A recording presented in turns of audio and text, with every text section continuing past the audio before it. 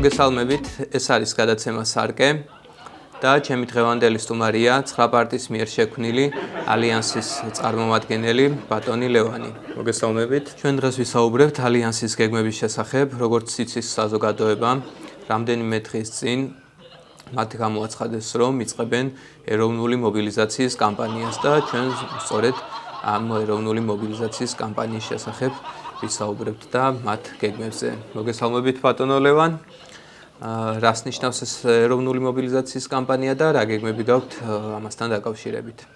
რა თქმა უნდა, დაგეგმილია უკვე აქტივობები. თქვენ იცით, რომ გაზაფხული დაიწყო და ჩვენ არ შეიძლება გაზაფხულზე გულხელდაკრიფილი ველოდოთ რამეს და სწორედ ამიტომ წამოვიწყეთ ეროვნული მობილიზაციის კამპანია. თარიღიც დაკიდულია უკვე 26 მაისს. და ჩვენ ამით ფაქტობრივად ვაგრძელებთ ჩვენს სტრატეგიას, რაც გულისხმობს შინ აქცია და გარეთ სანქცია.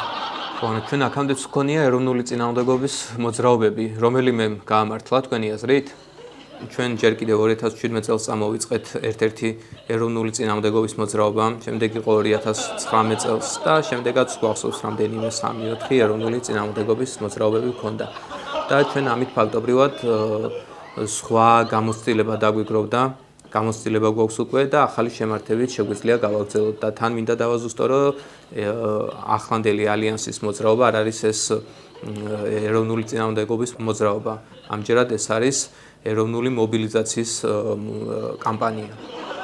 მაშინ რა სხვაობაა ჩვენთვის აქამდე ცნობილ სხვადასხვა წინააღმდეგობის მოძრაობებსა და ახლანდელ მობილიზაციის კამპანიას შორის? არსებითი სხვაობაა მათ შორის.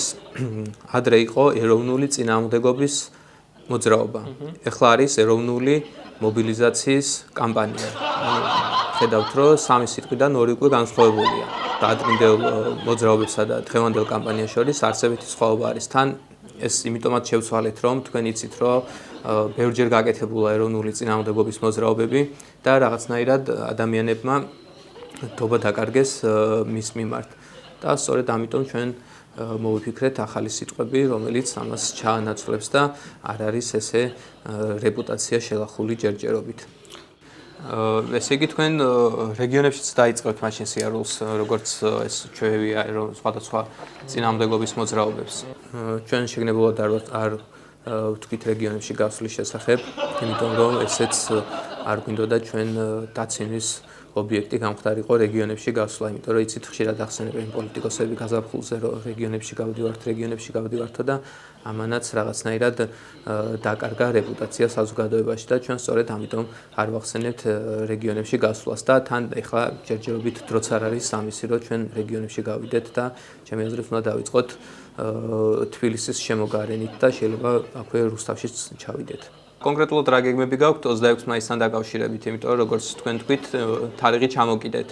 26 მაისისთვის ჩვენ მოლოდინებს არ ვუქმნით ადამიანებს. დადგება 26 მაისი, თარიღი დაკიდულია უკვე. მოვლენ ადამიანები და შევხედავთ თუ რამდენი ადამიანი გამოვა, იქ რა მოხდება და ამის მიხედვით ვიმსჯელებთ ჩვენ. შეიძლება სტრატეგიაც გავაცნოთ ჩვენი და გეგმები იქ შეკრებილ მოქალაქეებს, თუმცა ამის შესახებ მიდის ახლა ჩვენ შორის ალიანსის მიდის დისკუსია, უნდა გავუხილოთ და საჯაროდ თქვა თუ არა ჩვენი სტრატეგიისა და გეგმების შესახებ, იმიტომ რომ პირადად ჩემი პოზიციაა, რომ თუ ამას საჯაროდ ვიტყვით ჩვენ, ასეთ შემთხვევაში შეიძლება ის ხელისუფლებამაც გაიგოს და არ იქნება ჩვენი მხრიდან გონივრული ნაბიჯი. თუ 2028 წლამდე არაფერი შეიცვალა, იგივე თამაშის წესები დარჩა, იგივე ხელისუფლება დარჩა, რას აპირებთ? გახვალთ 2028 წლის საპარლამენტო არჩევნებზე თუ არ გახვალთ? შემდეგ საპარლამენტო არჩევნებამდე დიდი დრო არის დარჩენილი. ჩვენ ახლა უნდა ვკონცენტრირდეთ 26 მაისზე, თარიღიც ამიტომ დავკიდეთ 26 მაისისთვის. ჩვენ ამაზე უნდა ვკონცენტრირდეთ და მთელი ყურადღება უნდა მივმართოთ აქეთკენ ამ ეროვნული მობილიზაციის კამპანიისკენ და რაც შეეხება არჩევნებს, დღეს ამაზე ლაპარაკის საჭიროება არ დგას. ჩვენი პოზიციაა, რომ უნდა შევხედოთ რა სიტუაცია იქნება და თუ ჩვენ დავინახავთ 2 თვით, 3 თვით ადრე არჩევნებამდე, რომ არჩევნებზე გასვლა უფრო წაადგება ჩვენს სტრატეგიას, ასეთ შემთხვევაში ალიანსი იმსჯელებს არჩევნებზე გასვლის საკითხზეც და თქვენ ნახავთ ალიანსის პოზიცია საჯაროდ. მადლობა საინტერესო საუბრისთვის. არც არა. იმედია კიდე გვესტუმრებით და უფრო გავშლით ჩვენს თემებს და უფრო დეტალურად ვისაუბრებთ. მე კი წარმატებას გისურვებთ 26 მაისისთვის, იმიტომ რომ თარიღის დაკიდება მნიშვნელოვანია.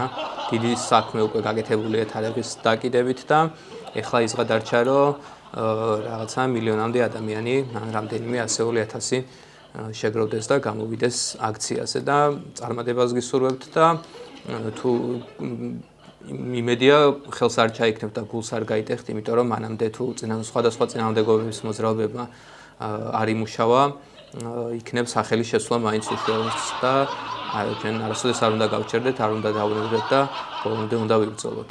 მადლობა სტუმრობისთვის.